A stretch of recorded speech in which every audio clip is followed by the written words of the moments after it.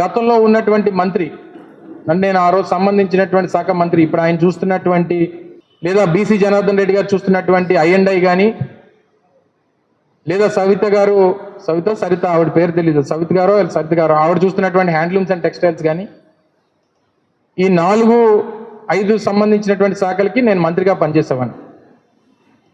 మాట్లాడుతూ దావోస్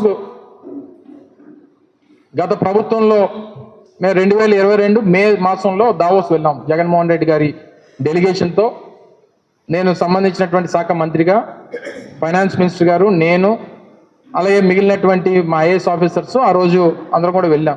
2022 మే.